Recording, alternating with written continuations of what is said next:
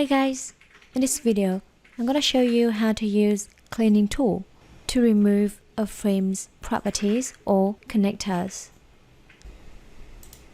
For example, I want to remove this cabinet's connectors. Select the frame.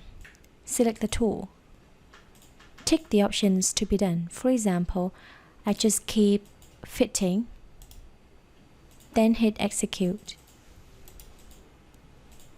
The labels are also related to some properties, so they are going to be removed as well. Next, I also got an exploded component. I suggest that for components that are not one-click components, or we draw it ourselves, before creating connectors with one-click tools, we should remove the previous properties. Select the frame and select the tool.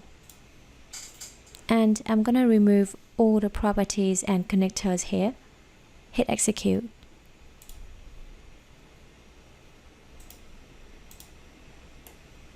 So for this one, I just remove connectors.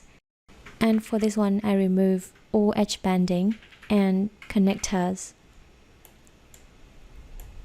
So this is how we use cleaning tool. For more tool instructions, see you in the next videos.